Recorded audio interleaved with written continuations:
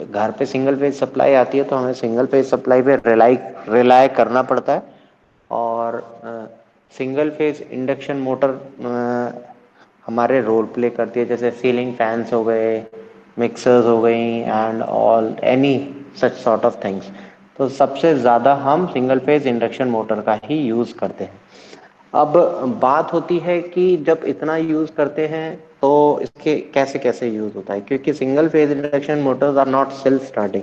तो सबसे पहले हम पढ़ेंगे what are the starting issues regarding single phase induction motor and what explains the operation of single phase induction motor basically. तो single phase induction motor को जब हम स्टार्ट करते हैं तो we normally start with a theory. ठीक है, एक थ्योरी है जिसका नाम दिया गया है डबल रिवॉल्विंग फील्ड थ्योरी। तो डबल रिवॉल्विंग फील्ड थ्योरी के बारे में यहाँ थोड़ा सा आज हम इंट्रोड्यूस होंगे, अपने आप को करेंगे थोड़ा सा। तो क्या है, जैसे कि वर्ड भी सजेस्ट कर रहा है डबल रिवॉल्विंग फील्ड, यानी कि दो फील्ड रिवॉल्व कर रही हैं एक साथ।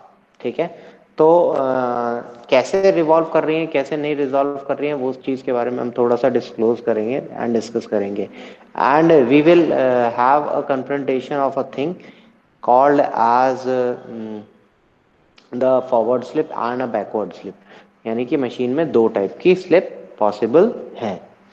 ठीक है, तो इन सब चीज़ों के बारे में आज अब थोड़ा सा पढ़ेंगे। इंट्रोडक्शन हमारा है रिगार्डिंग सिंगल फेज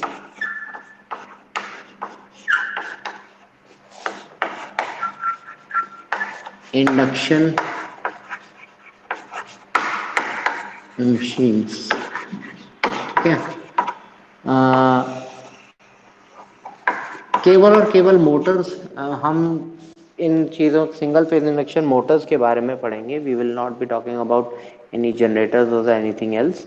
ठीक है, क्यों? क्योंकि सिंस अनबैलेंस्ड थिंग होती हैं, चीज़ें होती हैं, तो we never rely for induction machines of induction generators of single phase type.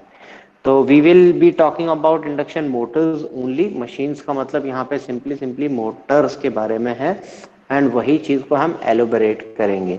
ठीक है, अब सिंगल फेज इंडक्शन मोटर जो है वो हमारी सेल्फ स्टार्टिंग नहीं होती है। तो सेल्फ स्टार्टिंग नहीं होती है, इसके लिए हमें उसको, ऐसा नहीं है कि मशीन आप अगर नॉर्मली एम्प्लॉय देखो करोगे जहाँ पे भी एप्लीकेशन लगी हुई है वहाँ पे मशीन आप स्विच ऑन किया मशीन चल जाती है। तो ऐसा क्या किया कि हमने उस मशीन को सेल्फ स्टार्टिंग बनाया। तो सेल्फ स्टार्टिंग बनाने के लिए सबसे पहले हमें स्टडी करना पड़ेगा कि why these motors are not self starting. तो सेल्फ स्टार्टिंग के पीछे एक सिंपल थ्योरी है जिसे हम कहते हैं डबल रिवॉल्विंग फील्ड थ्योरी, जो ये कहती है कि अगर हम सिंगल फेज सप्लाई अपनी मशीन को देंगे, यानी कि मशीन में केवल और केवल एक वाइंडिंग है, मेन वाइंडिंग। ठीक है, I am considering it like this way कि अभी हमारे पास मोटर हमने नई नई बनाई है और मेरे पास केवल और केवल मेन वाइंडिंग एग्जिस्ट करती है, there is no auxiliary winding. तो अब वो मैं बताऊंगा आप लोगों को ऑक्सिलरी वाइंडिंग क्या होती है बाद में, लेकिन पहले मेन वाइंडिंग पे रिलाई करते हैं। तो मेन वाइंडिंग मैंने बनाई and I have supplied to my supply to main winding. तो अब जब हमने उसको सप्लाई दी तो वो फ्लक्स डेवलप करेगी। जब वो फ्लक्स डेवलप करती है, ठीक है, तो that flux is not rotating in nature. क्यों? क्योंकि वहां पे थ्री फेजेस थे हमारे पास थ्री फेज मोटर में। तो वहां पे इजिली 120 डिग्री एक्साइटेशन होने की वजह से और 120 डिग्री स्पेस और टाइम में रखने की वजह से वहां पे आपके पास क्या हो गया, मशीन रोटेटिंग नेचर की फील्ड डेवलप कर रही थी। बट इन आर केस यहाँ पे हमारी जो मशीन है वो जिस ओरिएंटेशन में फील्ड है उसी ओरिएंटेशन में एक्साइट हो रही है एंड उसी ओरिएंटेशन में फील्ड डेवलप कर रही है। ठीक है, बट हमें ऐसा लगता है और मोटर को भी ऐसा ही लगता है। तो हमने क्या किया, अदर देन दैट हमने उस सिंगल कंपोनेंट को दो पार्ट्स में, या एक कह लो एक तरह से, अगर लेट अस कंसीडर कि हमने क्या किया, I have supplied a supply to my motor. ठीक है, जो सप्लाई है वो एक अल्टरनेटिंग करंट की वजह से डेवलप हुई है। ठीक है, तो जो नेचर होगा वो भी इसका अल्टरनेटिंग नेचर होगा। लेकिन अगर मैं एक फिक्स्ड स्पेस में देख रहा हूं, फॉर एग्जांपल मैंने इसको सप्लाई दी मशीन ने फ्लक्स डेवलप किया, मशीन किसी एंगल से रोटेट कर रही है, हमें नहीं पता है किस वैल्यू से रोटेट कर रही है, लेकिन हम मान रहे हैं कि इट इज रोटेटिंग। ठीक है, तो हम एक फिक्स्ड पॉइंट पे खड़े हुए हैं। ठीक है, तो हम एक स्पेशली एक एंगल हमने कंसीडर कर लिया। सपोज ये हमारी फिलहाल फील्ड ओरिएंटेशन है and we are standing over है। तो अल्फा हमारा वो एंगल है, हम यहाँ पे खड़े होके लुक आफ्टर कर रहे हैं कि हमारी फील्ड जो है मशीन की वो रोटेट कर रही है। ठीक है, हमने मान लिया कि वो अल्फा एंगल पे हम फिलहाल standing, we are standing at alpha degrees. तो हम यहाँ खड़े होके ये चीज चेक कर रहे हैं कि मेरी फील्ड क्या एंगल बना रही होगी। Also this will be sinusoidal in nature, reason क्योंकि हम इसमें साइनोसॉइडल सप्लाई दे रहे हैं, तो it will be increasing as well as decreasing. तो इस तरीके से जो फ्लक्स डेवलप होगा, लेट अस कंसीडर जो हमारा फ्लक्स प्रोड्यूस हुआ है that is given by equation B of alpha. ठीक है, क्यों अल्फा क्यों लिया है, क्योंकि हम यहाँ पे खड़े हैं, स्पेशली टॉक अबाउट इस फिक्स पोजीशन के अलोंग हम ये चीज लुक आफ्टर कर रहे हैं। तो B max sine of omega t cos of alpha, since हम यहाँ खड़े हैं, अल्फा एक एंगल है, तो अल्फा के वजह से यहाँ पे जो फ्लक्स फील्ड हमें ऑफर होगा that is cos of alpha. ठीक है, तो मैंने यहाँ स्टैंडिंग स्टैंडिंग हेयर मुझे कितनी फील्ड या कितना फ्लक्स फील होगा वो मैंने यहाँ इक्वेशन लिखी है आप लोगों को, that is B of alpha is equal to B max, कोई एक मैक्सिमम वैल्यू है, sine omega t changing in nature cos of alpha. ठीक है, अब मैंने क्या किया, since sine A cos B formula हमें पता है, साइन ए कॉस बी का फॉर्मूला क्या कहता है, साइन ए सिंपल मैं लिख रहा हूं यहाँ पे, साइन ए कॉस बी हमारे लिए क्या होता है, साइन ए कॉस बी का formula, what is sine A cos B, that is half of sine of A minus B plus sine of A plus B, कुछ इस टाइप से formula होता है हमारे पास। ठीक है,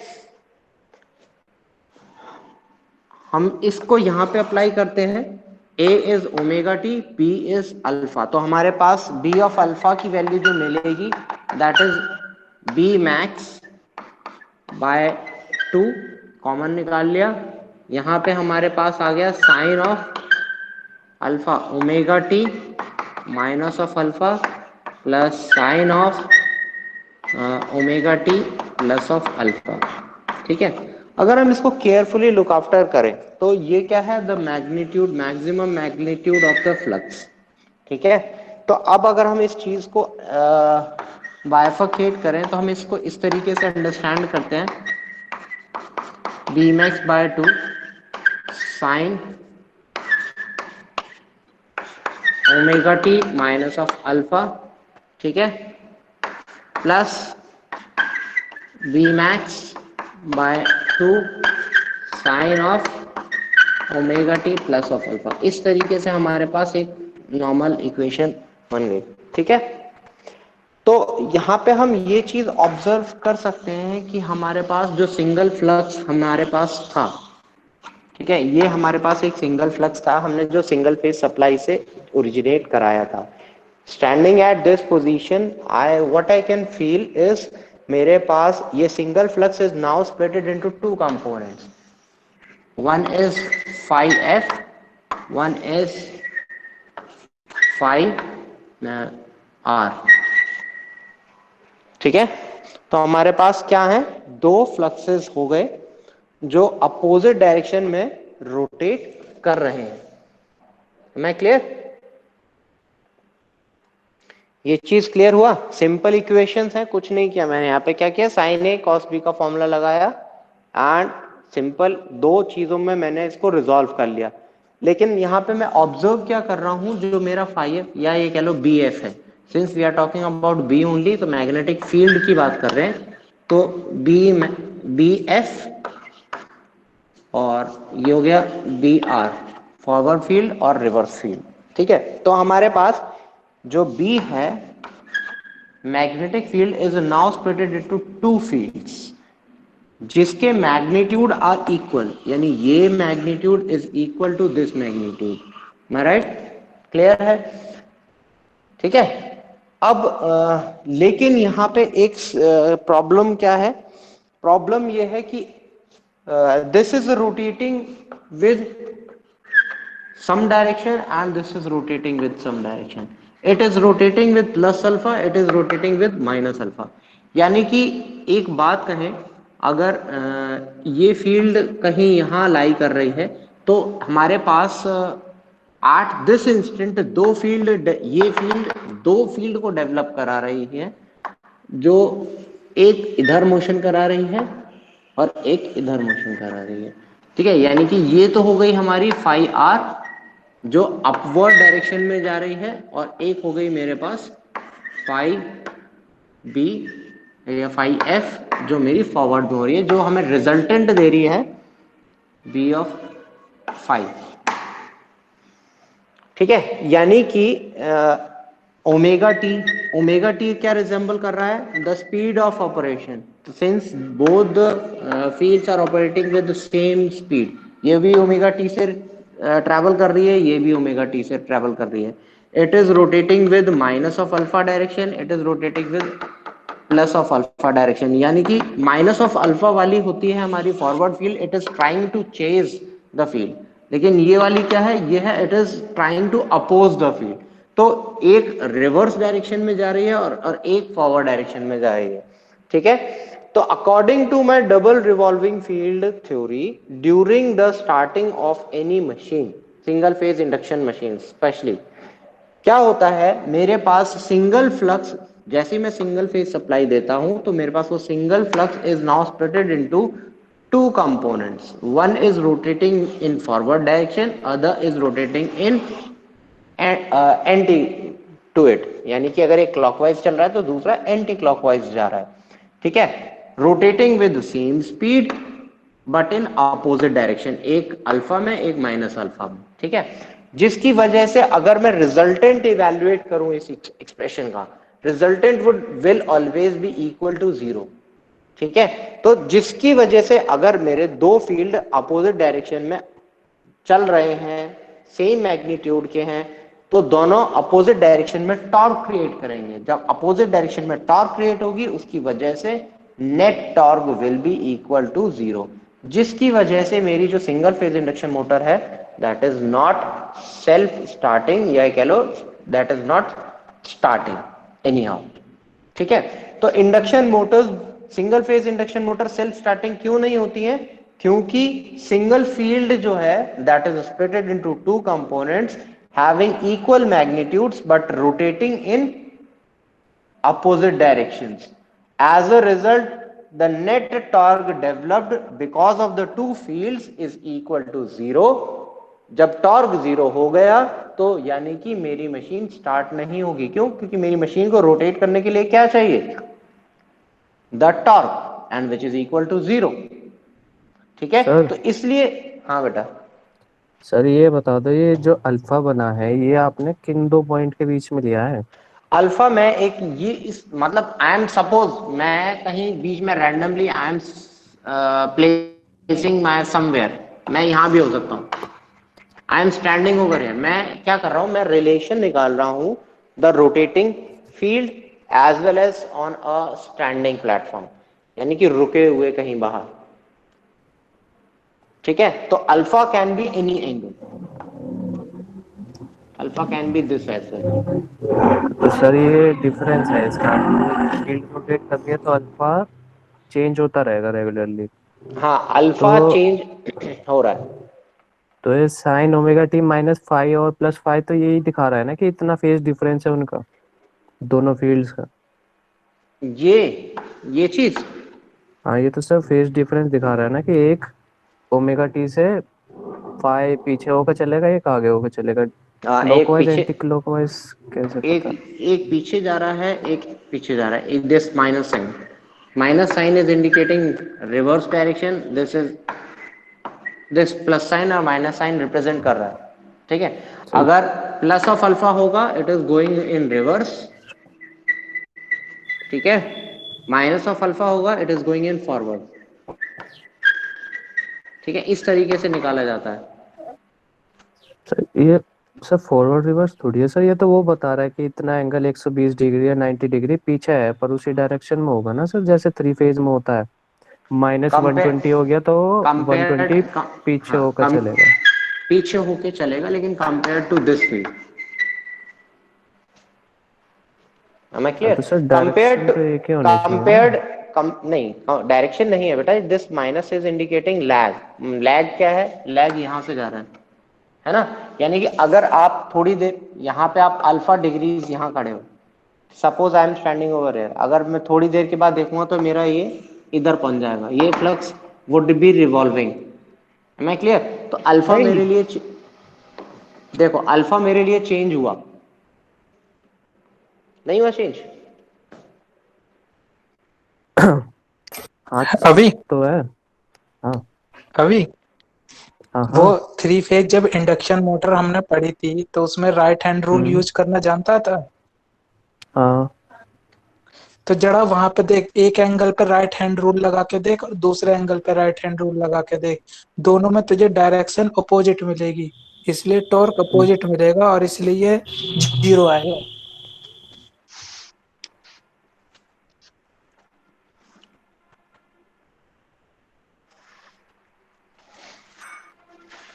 एनी प्रॉब्लम्स?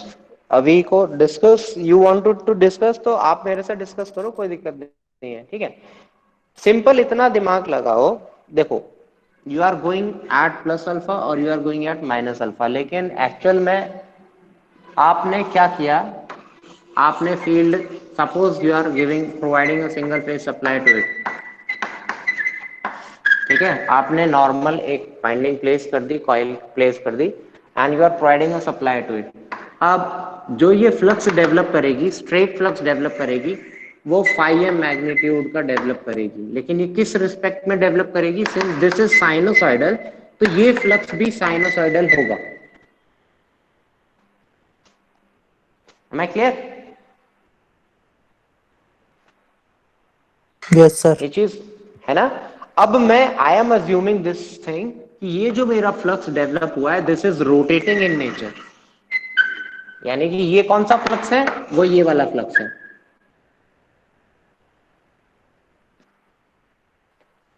ठीक है। अब ये फ्लक्स मेरा रोटेट कर रहा है, ठीक है, रोटेशन के साथ साथ ये अपना मैग्नीट्यूड भी चेंज कर रहा है, ठीक है।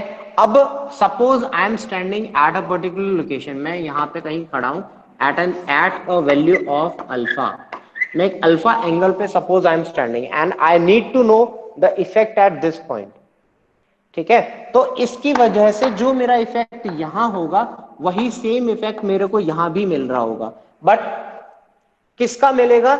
इसका रिफ्लेक्शन मिलेगा फाइव एम बाय टू, और यहां पे भी मेरे को कितना मिलेगा? Five M by to.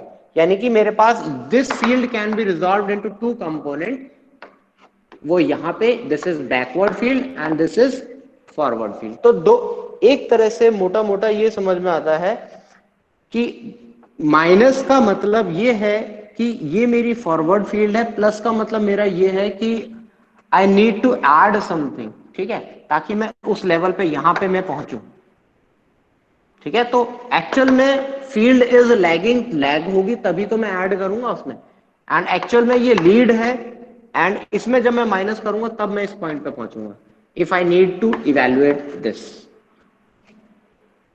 ठीक है। आगे सर समझ। हाँ, तो ये दो चीजें हैं कि अगर मेरे को, मैंने I am supplying my supply, मैंने उसको सप्लाई दी, उसको मैंने फील्ड प्रोवाइड करी, सिंगल फेज मेरी फील्ड प्रोड्यूस हुई, I am standing some particular location पे, मैं एक फिक्स लोकेशन पे चल रहूंगा हमेशा, I don't want to rotate, क्योंकि मैं इफेक्ट ऑब्जर्व करना चाहता हूं इस फ्लक्स का ओवरहेड। तो मैं क्या करूंगा? सिंपली मैंने क्या किया, कॉस ऑफ अल्फा से मैंने मल्टीप्लाई कर दिया। अब मैं इस फैक्टर को बाइफरकेट कर रहा हूं, सिंपल। बाइफरकेट करने के बाद मेरे पास दो चीजें मिली, एक omega T minus of alpha, एक omega T plus alpha. This field is revolving with the speed of omega T, ठीक है। ये फील्ड है, दोनों है, these field are revolving with the speed of omega T, simply इसका मतलब क्या है?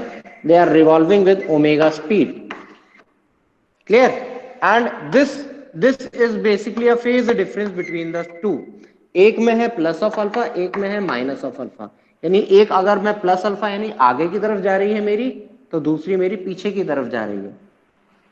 ठीक है, पीछे कौन सी जाती है, वो ये वाली जाती है plus of alpha. Minus of alpha it goes forward. ठीक है, तो मेरे पास this simple field is now resolve into two components having a magnitude five by, अगर मैं फाइव टोटल रिजल्टेंट मान रहा हूं तो 5/2 मैग्नीट्यूड मेरा रहेगा। 5/2 इधर, 5/2 उधर। ठीक है, ये चीज क्लियर है। अब सिंपली दो फील्ड से मैंने इतना परसेप्शन निकाला कि जो ये वाला पार्ट है इसको मैंने फॉरवर्ड ट्रीट कर लिया, इसको मैंने बैकवर्ड ट्रीट कर लिया। ठीक है, अगर केवल और केवल मेरे पास ये फील्ड होती तो मैं फॉरवर्ड टॉर्क जनरेट कर पाता, अगर केवल और केवल ये होती तो मैं बैकवर्ड टॉर्क डेवलप करता। लेकिन दोनों का टॉर्क क्या है, नाउ इट्स एडेड अप, तो plus torque minus torque which is equal to zero. तो इसलिए मेरी सिंगल फेज इंडक्शन मोटर में net torque during the starting case, जब मेरी मशीन स्टैंड स्टिल कंडीशन पे होती है, रुकी हुई होती है, तब मैं उसको जब चलाता हूं तब मेरी कभी भी टॉर्क डेवलप नहीं होती है। लेकिन वंस एक मोटर मेरी, अगर ये मैं इस मोटर को थोड़ा सा स्टार्ट कर दूं तो मेरी एक साइड की फ्लक्स जो है वो स्ट्रांग हो जाती है और एक साइड की फ्लक्स मेरी वीक रह जाती है। ठीक है, that is what I will be explaining further. ठीक है, वो चीज मैं आप लोगों को अभी एक्सप्लेन करूंगा, बिकॉज अभी तक हम वी आर फिक्स्ड ओवर है, कहीं पे भी हैं we are fixed at this point. ठीक है, नाउ अब हम क्या करेंगे, सपोज मेरे पास, मैं इवेल्युएट करूंगा the slip between the to. तो स्लिप क्या है, वो चीज द स्पीड एट, अगर मैं यहाँ पे मैंने डेवलप किया, I suppose I am providing 50 hertz supply to it. ठीक है, तो मैं ये मान के चल रहा हूँ एक्चुअल में मेरी फ्लक्स ये है, but it should be revolving with the speed of synchronous speed, है ना। ns is the speed by which this machine should rotate, लेकिन it is rotating with some nr speed। ठीक है, अब यहां पे लेके चलते हैं, अगर मेरे पास दो फील्ड्स हैं, ठीक है, सपोज मैंने इसको 50 हर्ट्ज की सप्लाई दी, 50 हर्ट्ज की सप्लाई ने इस मशीन को ns स्पीड पे रोटेट कराया, जो कि मेरी है 1500 फॉर एग्जांपल आरपीएम। ठीक है, 4 पोल मशीन मैंने ले ली and suppose it should operate at 1500 RPM. But yes, अब मैं इस रोटर को दो पार्ट में स्प्लिट करता हूं। क्यों, क्योंकि मेरे पास दो टाइप की फील्ड है, एक ये फील्ड है, एक ये फील्ड है। सपोज मैंने एक काम किया, दोनों रोटर को, एक रोटर को ये वाली फील्ड दी, एक रोटर को ये वाली फील्ड दी। ठीक है, जब मैं दोनों रोटर को फील्ड दे रहा हूं, एक रोटर मेरा क्या रोटेट कर रहा है, क्लॉकवाइज डायरेक्शन में, जो उसी डायरेक्शन में है जो एनएस रोटेट कर रही है, और दूसरा रोटर मेरा एंटी क्लॉकवाइज डायरेक्शन में रोटेट कर रहा है। ठीक है, क्योंकि torque is opposite. Suppose this is my NR forward. ठीक है, सपोज ये किसी स्पीड से रोटेट कर रहा है, लेट अस कंसीडर, छोड़ो इतना ही रखते हैं। ठीक है, अब मेरा जो सेकंड फील्ड होगी वो भी मेरी यहां पे इसमें रोटेशन में इफेक्ट दिखाएगी। ठीक है, दिस इज एनआरएफ, रिवर्स ही होगी। ठीक है, मेरे बोथ रोटर इज रोटेटिंग, ये मेरा रोटर पोजीशन हो गई। ठीक है, तो अब ध्यान से ऑब्जर्व करें, कंपेयर टू दिस, एक रोटर मेरा इस स्पीड पे रोटेट कर रहा है, तो इस इन दोनों के बीच में मेरे पास एक स्लिप है, और दूसरा रोटर मेरा कहां रोटेट कर रहा है, इन दोनों के गैप से रोटेट कर रहा है। ठीक है, तो अगर मैं यहां ऑब्जर्व करूं द स्लिप, इस वाले रोटर के लिए let us consider it be rotor 1, this be rotor 2। तो अगर मैं स्लिप 1 में कंसीडर करूं तो स्लिप फॉर रोटर 1 क्या होगी मेरे पास, that will be equal to ns minus of NRF upon NS होगी, ठीक है। सिमिलरली इस रोटर के लिए अगर मैं इवेल्युएट करूं S2 तो वो क्या होगी, this is NR minus, since direction is opposite तो minus of NR R. Any problems in this?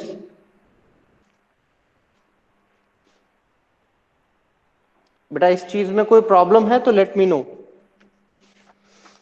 दो फील्ड है हमारे पास, एक क्लॉकवाइज रोटेट कर रही है, एक एंटी क्लॉकवाइज रोटेट कर रही है। तो हम ये मान के चल रहे हैं कि हमारे पास दो रोटर हैं, एक क्लॉकवाइज रोटेशन जो कर रही है फील्ड उसके साथ रोटेट कर रहा है, और एक एंटी क्लॉकवाइज जो रोटेट कर रही है उसके साथ रोटेट कर रहा है, ठीक है।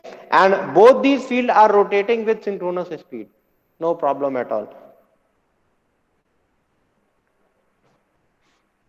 It's only the rotor which is not being able to catch up this speed, वो थोड़ा स्लो डाउन चल रहा है। तो rotor is rotating with this speed and this speed, but the field एक ns स्पीड से रोटेट कर रही है, दूसरी माइनस ns स्पीड से रोटेट कर रही है, ठीक है। Hello, clear? Yes sir. चलिए, अब मेरे पास दो फील्ड मेरे पास इवेल्युएट हो गई। तो अगर मैं इवेल्युएट करूं what is S1 plus S2, S1 plus S2, इन दोनों टॉर्क अगर मैं दोनों स्लिप को मैं ऐड करता हूं तो that is equal to NS minus of NR S plus of NS minus minus plus NR R, ठीक है। सिंस द मैग्नीट्यूड, क्योंकि दोनों फ्लक्सेस क्या है, सेम मैग्नीट्यूड के हैं, तो दोनों पे टॉर्क भी सेम नेचर के होंगे। This magnitude will be equal to this magnitude, plus minus का ही तो डिफरेंस था, ठीक है। माइनस मैंने यहां ऑलरेडी लगा दिया, केवल और केवल किसका डिफरेंस था, magnitude, both the magnitudes are same. एक में प्लस ऑलरेडी आ गया, एक में माइनस है ही, दोनों को मैं आपस में कैंसिल कर सकता हूं upon NS which is equal to twice of NS upon NS that is equal to 2। तो इसलिए मैं कह रहा था कि अगर मेरे पास S1 को मैं डाल देता हूं एज फॉरवर्ड स्लिप, S2 को मैं डालता हूं एज बैकवर्ड स्लिप, ठीक है। इसलिए हमारे पास दो टाइप की स्लिप होती है, SF plus SB that is equal to 2, और simply SB is equal to 2 minus SF, और इसको मैं कहता हूं simply SB is equal to 2 minus S। There is no forward slip as such, only we, जिसको भी हम फॉरवर्ड स्लिप कहते हैं उसको डायरेक्टली स्लिप कहते हैं, there is no forward slip, only मैं क्या जानता हूं, बैकवर्ड स्लिप इज देयर, ठीक है। तो इसलिए सिंगल फेज इंडक्शन मोटर में दो टाइप की स्लिप एग्जिस्ट करती है, एक है स्लिप, ठीक है, which is forward slip practically, but दूसरी जो होती है that is backward slip.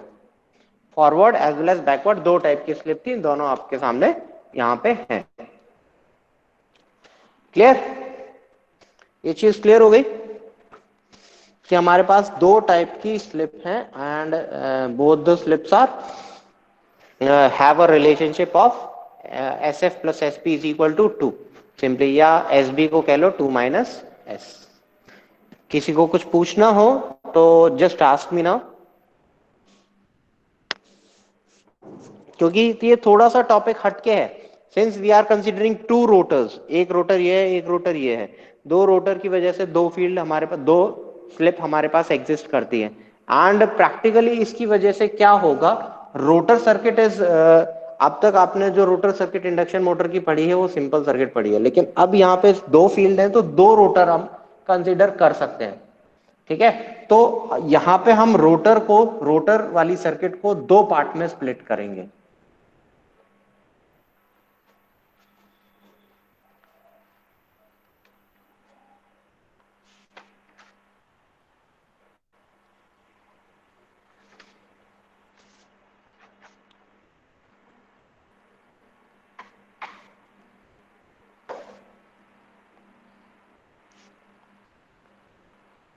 Any problem so far?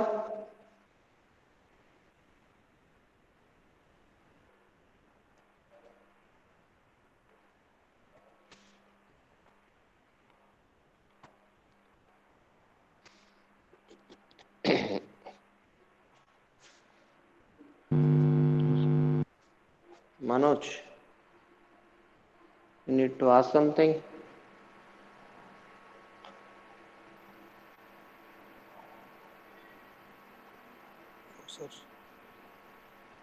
चलिए, तो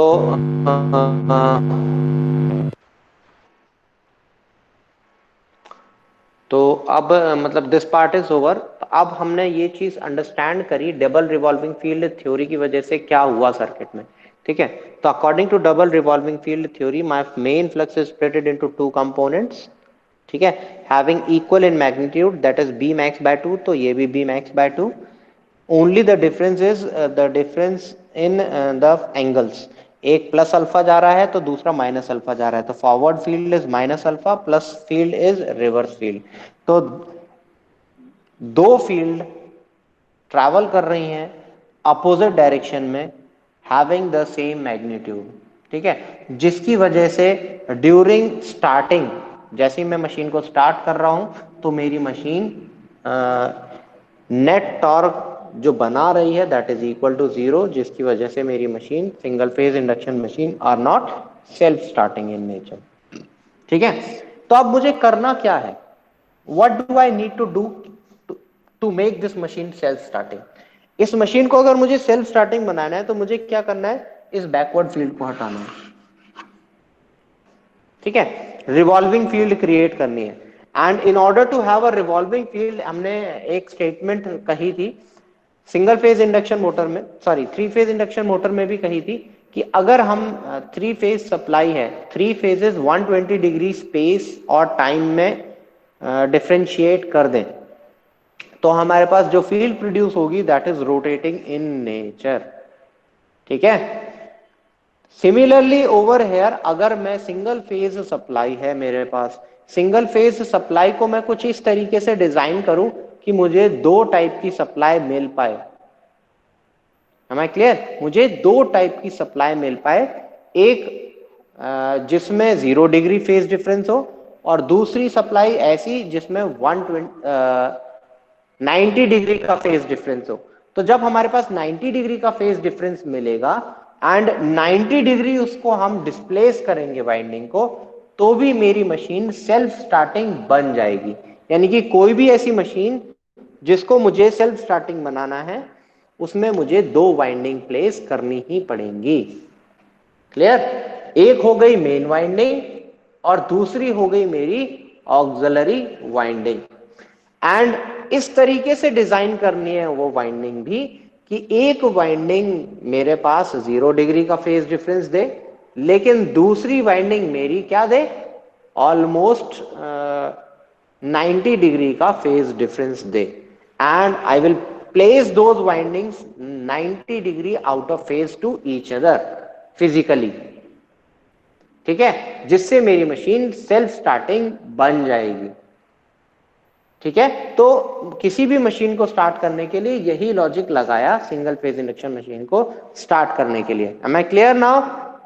तो अगर मुझे मशीन स्टार्ट करनी है क्या करना पड़ेगा, दो वाइंडिंग लगानी पड़ेंगी।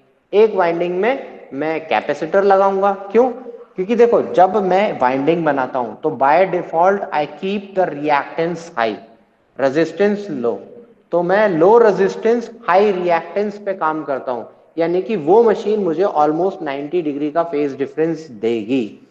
अगर मैं दूसरी वाइंडिंग इस तरीके से डिजाइन कर लूं कि वो मुझे 0 डिग्री का फेज डिफरेंस दे या थोड़ा बहुत लीडिंग नेचर का फेज डिफरेंस दे, तो उस केस में क्या होगा, मेरी मशीन क्या हो जाएगी, स्टार्ट हो जाएगी। तो वही केस किया जाता है। हम क्या करते हैं, नॉर्मल जो हमारे फैंस होते हैं घर में, उनमें हम एक वाइंडिंग में कैपेसिटर लगा के I provide somewhat leading factor एक वाइंडिंग में, जिसमें होता है ऑक्सिलरी वाइंडिंग। तो ऑक्सिलरी वाइंडिंग में मैं कुछ थोड़ा सा लीडिंग फैक्टर डेवलप कर देता हूं मशीन में, इज इट क्लियर। तो थोड़ा सा लीडिंग फैक्टर मैंने डेवलप कर दिया एक वाइंडिंग में, जिससे मेरे पास जो करंट मिल रहा है ऑलमोस्ट थोड़ा सा लीडिंग पावर फैक्टर के साथ मिलता है, और एक वाइंडिंग में मेरे पास जो मेन वाइंडिंग है मेरी, उसमें मेरे को ऑलमोस्ट 90 डिग्री का फेज डिफरेंस मिलता है करंट में।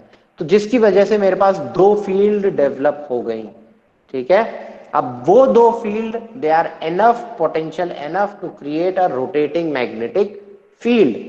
तो यहां पे मेरे पास ये जो दो फील्ड थी अब नहीं मिलेंगी, अब मुझे सिंपल दो फील्ड ऐसी मिले, एक ही फील्ड ऐसी मिलेगी जो जिसका रिजल्टेंट विल बी सच कि वो एक ही टॉर्क एक ही डायरेक्शनल में टॉर्क डेवलप कर रही होगी, and as a result my machine will be self starting.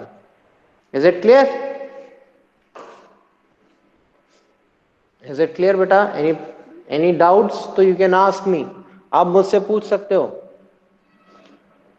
कि हमने क्या किया मशीन में ऐसा, सिंगल फेज इंडक्शन मशीन में। तो हमारे पास बहुत टाइप की सिंगल फेज इंडक्शन मशीन्स होती हैं बेस्ड अपॉन कि मैं उसमें क्या टेक्निक यूज करता हूं, ठीक है, in order to start my induction motor. तो इंडक्शन मोटर वैसे तो हमारे पास एक ही टाइप की है, लेकिन द टाइप किस किस मेथड से आई अडॉप्ट जिससे मेरी मशीन ये स्टार्टिंग हो, उस चीज के बेसिस पे हम मशीन को क्लासिफाई कर देते हैं कि this is my split capacitor start capacitor run induction motor, this is my capacitor run induction motor, this is my split phase induction motor. कुछ मोटर्स हैं, एक शेडेड पोल इंडक्शन मोटर है, ठीक है। तो वो these shaded poles is have a some different logic to it, but बाकी सारी जो मोटर्स हैं, तीन चार मोटर्स जो हैं वो they operate on a common principle कि वहां पे दो फील्ड लगाई जाए एंड दोनों फील्ड में किसी भी तरीके से 90 डिग्री फेज डिफरेंस फ्लक्स में इवेल्युएट कराया जाए, ठीक है। ठीक है बेटा, हेलो हेलो, यस सर। ठीक है। तो आई थिंक अगर मैं अगर आप लोगों को कुछ और है चीजें जो डाउटफुल हों तो let me have a view of it, लेकिन अब मैं यहाँ थोड़ा सा डिस्कस करता हूँ कि since I am having two fields, one rotating in clockwise one rotating in anti clockwise direction, तो यहाँ पे मेरे पास स्लिप दो हो गई, दो रोटर्स हैं, ठीक है। व्हाट आई प्रेजेंटेड है कि एक रोटर मैंने फॉरवर्ड डायरेक्शन में रोटेट कर रहा है, दूसरा रोटर मेरा बैकवर्ड डायरेक्शन में रोटेट कर रहा है। तो अब मैं एक ही रोटर को दो रोटर मान के चल रहा हूं, ठीक है। दो रोटर है उसमें, एक फॉरवर्ड एक रिवर्स, ठीक है। तो अब क्या होगा, दोनों फील्ड्स दोनों चीजें अपनी अपनी रोल प्ले करेंगी, ठीक है। यानी कि दोनों फ्लक्सेस, ये दोनों स्लिप्स अपने अपने रिएक्टेंसेस इवैल्यूएट कराएंगे। क्यों? क्योंकि रेजिस्टेंसेस पे तो कोई फर्क होता नहीं है, ओनली रिएक्टेंस पे फर्क होगा, एंड रिएक्टेंस कहाँ पे फर्क लाएगा? वो फर्क लाएगा बिकॉज ऑफ स्लिप्स, ठीक है। तो सपोज नाउ मेरे पास एक रोटर था, उस रोटर को मैंने दो पार्ट में स्प्लिट कर दिया। तो पहले मेरे पास जो रोटर है अब तक थ्री फेज इंडक्शन मोटर से जो मैंने पढ़ा है, दैट इज सच अ वे,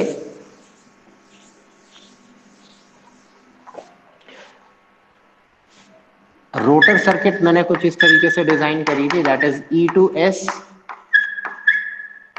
कुछ रेजिस्टेंस हो गया, कुछ रिएक्टेंस हो गया, एंड मैकेनिकल लोडिंग हम इस टाइप से लगा रहे थे, ठीक है। This was R2, this was X2 S, ठीक है। जिसको हमने इवेल्युएट किया R2 तो हमारा यही रहेगा X2S, and it was I2S, this was equal to S times E2 0, and this was equal to X S times X2 0। तो ये वहां पे एक ही स्लिप थी, इसलिए हमने S ही रिजेंबल कराई थी। बट यहाँ पे हमारे पास अब क्या होगा, अब दो रोटर हैं, दोनों रोटर पे ईएमएफ प्रोड्यूस हो रही होगी, लेकिन वो दोनों रोटर्स किस पे ईएमएफ प्रोड्यूस करेंगे? एक कॉमन पॉइंट पे ही कर रहे हैं। तो अब हमने इस पार्ट को दो पार्ट में स्प्लिट कर दिया, ठीक है। आई am having one rotor that is producing, let us consider E2 B and E2F हम कंसिडर करेंगे, एक बैकवर्ड की वजह से, एक फॉरवर्ड की वजह से।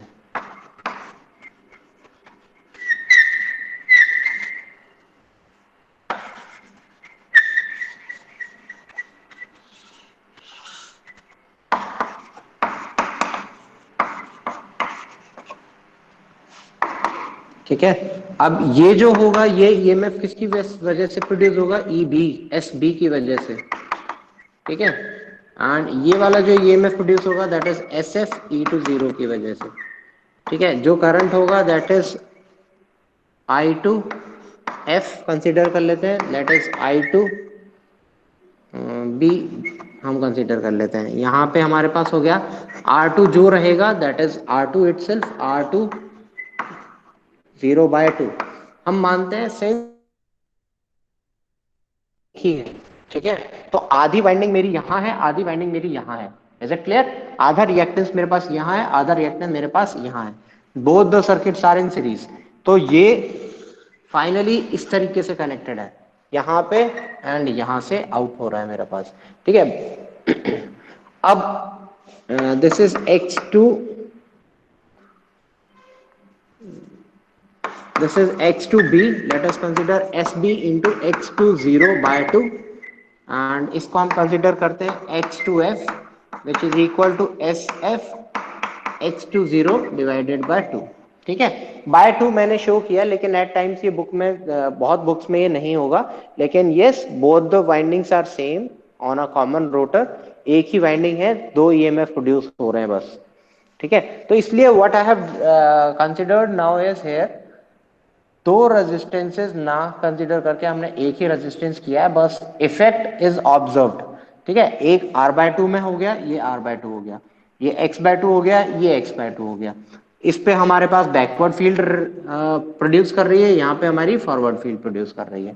ठीक है, जो भी चीजें प्रोड्यूस हो रही है, फाइनली यहां से लेके यहां तक E2 इज बीइंग प्रोड्यूस्ड। ठीक है, यहां से लेके यहां तक both the windings are since both the मतलब ये this all the coils are common, तो इसलिए मैंने यहां से यहां तक पॉइंट निकाल दिया कि E2 हमारे पास यहां पे प्रोड्यूस हो रहा है।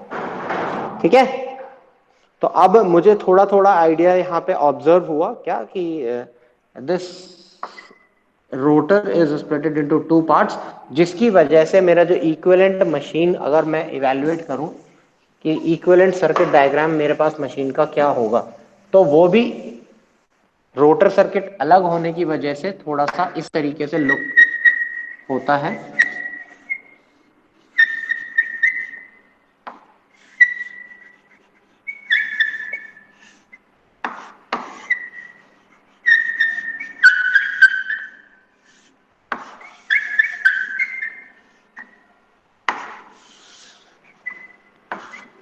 This is my R1 X1, this is R2 F, और this is X2F, this is R2B X2B। ठीक है, मैं 2 नहीं लिख रहा हूं यहाँ पे, ये और you can write it as 2 as well, R2 0/2।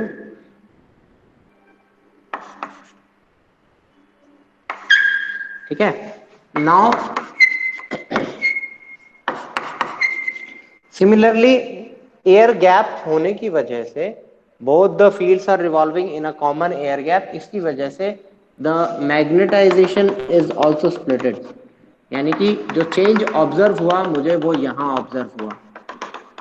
ठीक है, this is where is the change is observe, यहाँ पे दिस इज XM/2 एंड ये भी हमारे पास XM/2 हो गया। तो equivalent reactance is looked like this way. ठीक है, तो equivalent circuit of single phase induction motor goes like this way, जहां पे मेरे पास दो टाइप के रोटर हो गया। Let us consider this be forward rotor,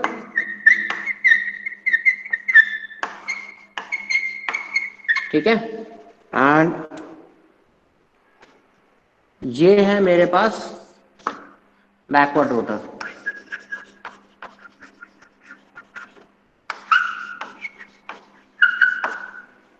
ठीक है, तो इक्विवेलेंट सर्किट डायग्राम में कुछ मॉडिफिकेशंस आए हैं सिंगल फेज इंडक्शन मोटर से। जो मतलब चेंजेस आए हैं थ्री फेज इंडक्शन मोटर से कंपेयर करोगे तो आप।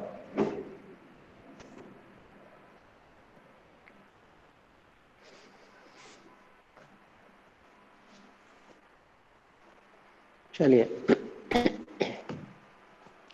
एक तो ये चेंजेस आया है, ठीक है।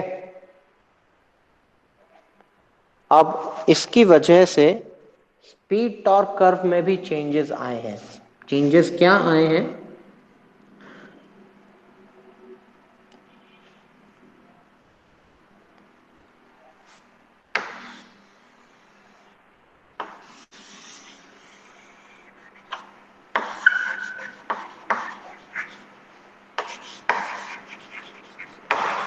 जो स्पीड टॉर्क कर्व हमारे पास मिलता है आपको, अगर मैं मान लेता हूं मेरे पास यहाँ पे दो रोटर हैं, एक मेरा फॉरवर्ड रोटर है, तो फॉरवर्ड रोटर का अगर मैं पूरा स्पीड टॉर्क कर्व बनाऊं तो वो कुछ इस टाइप से मिलता है, ठीक है। इसी तरीके से एक रोटर मेरा बैकवर्ड है, तो बैकवर्ड का जो मुझे मिलेगा वो इस टाइप से मिलेगा,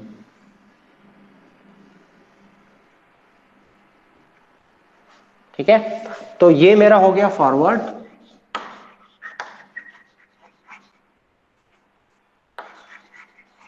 और ये हो गया मेरा बैकवर्ड,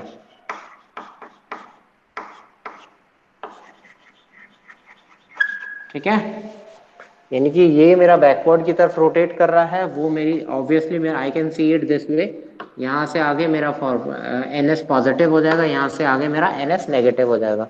तो this is the common point where zero, ठीक है। अब होगा क्या, सिंस जब मैं मशीन को स्टार्ट कर रहा हूं तो मेरी मशीन इस पॉइंट पे है, नेट टॉर्क मैंने जैसा कहा कि अभी तक मेरे नेट टॉर्क मेरी मशीन का जीरो है, तो मेरी machine net torque during starting zero torque develop करती है, ठीक है। तो ये इस टाइप का स्लोप मेरे को मिलता है। तो resultant torque is this way, this is my resultant torque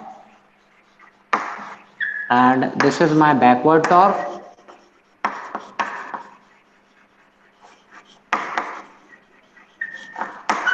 and this is my forward torque,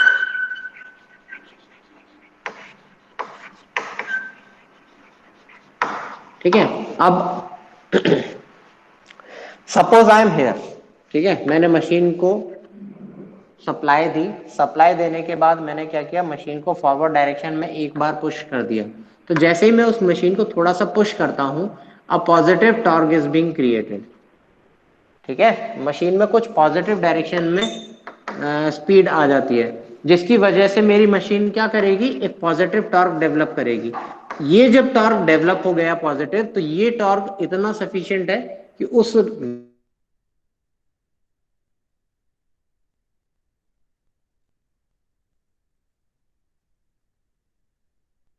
लेके चले जाए।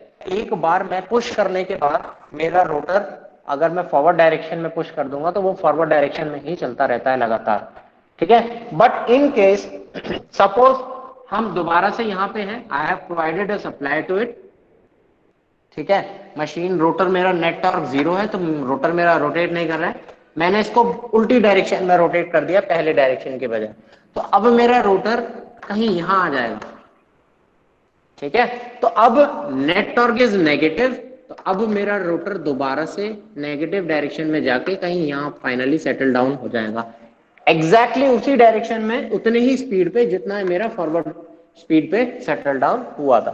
तो इसलिए इंडक्शन मोटर्स अगर मैं केवल मेन वाइंडिंग पे रन करूंगा तो they can have operation in both the directions, चाहे पॉजिटिव डायरेक्शन में समझ लो चाहे नेगेटिव डायरेक्शन में समझ लो। But problem is they can not self start, मुझे धक्का देके उन्हें एक बार स्टार्ट करना पड़ेगा ही पड़ेगा। वंस एक बार मेरी मशीन स्टार्ट हो गई, then I can do the operation in only that direction, यानी अगर मैंने धक्का दिया फॉरवर्ड डायरेक्शन में तो मैं फॉरवर्ड डायरेक्शन में ले जा सकता हूँ। अगर मैंने इस पॉइंट पे रिवर्स डायरेक्शन में धक्का दिया तो रिवर्स डायरेक्शन में स्टार्ट हो जाएगी। तो यही एक कॉमन इश्यूज होते हैं जब कई बार पंखों की, फैंस की मेरी अगर ऑक्सिलरी वाइंडिंग खराब हो जाती है, तो अगर आप पंखे को उल्टा धक्का दोगे तो वो उल्टा घूमने लग सकता है। ठीक है, अगर मेरी ऑक्सिलरी वाइंडिंग काम नहीं कर रही होगी, उस टाइम पे आपने फैन को उल्टा धक्का दिया तो वो फैन उल्टी डायरेक्शन में रोटेट कर सकता है। ठीक है, अगर आपने सीधी डायरेक्शन में दिया तो वो सीधी डायरेक्शन में रोटेट करेगा। ठीक है, but the problem is without, मतलब पुश किए बिना, without providing some external torque you can not start the motor. तो इसके लिए मेरे को दो वाइंडिंग लगानी पड़ी, एक मेन वाइंडिंग और दूसरी ऑक्सिलरी वाइंडिंग, जिससे मेरी मशीन ये नेट टॉर्क जीरो नहीं क्रिएट करती, एक यूनिडायरेक्शनल टॉर्क डेवलप करने लग जाती है, either in positive direction either in negative direction. ठीक है, किसी एक डायरेक्शन में। एक वाइंडिंग का क्या हुआ, मैंने उसको 90 डिग्री अहेड रखा, जिससे मेरी जो यहाँ पे टॉर्क है वो कुछ इस डायरेक्शन से स्टार्ट होके मिलेगी, पॉजिटिव डायरेक्शन से। तो पॉजिटिव डायरेक्शन में टॉर्क डेवलप हुई, तुरंत मेरा फैन ऑन हो जाता है। Is it clear? Is it clear बेटा?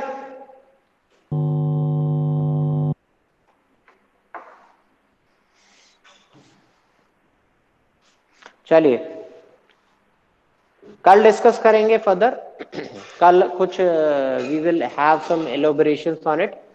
ठीक है, आगे देखते हैं, आगे समझते हैं इस चीज को, and we will proceed further. ठीक है,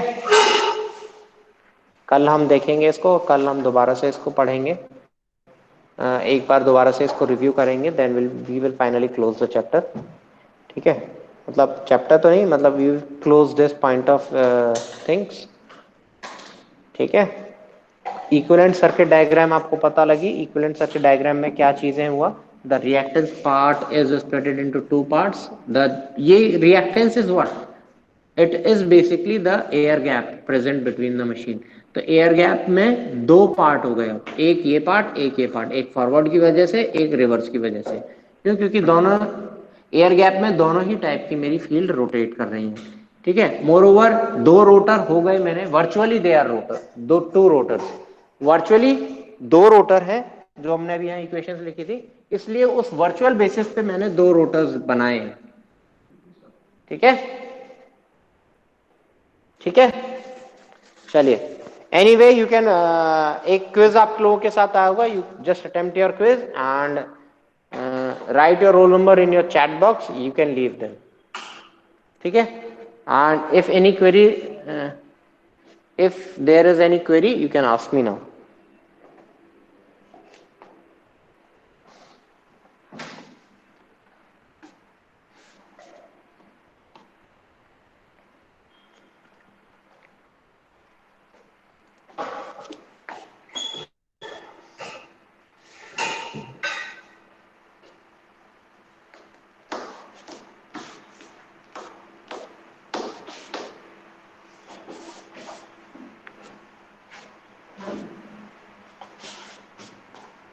चलिए, थैंक यू क्लास।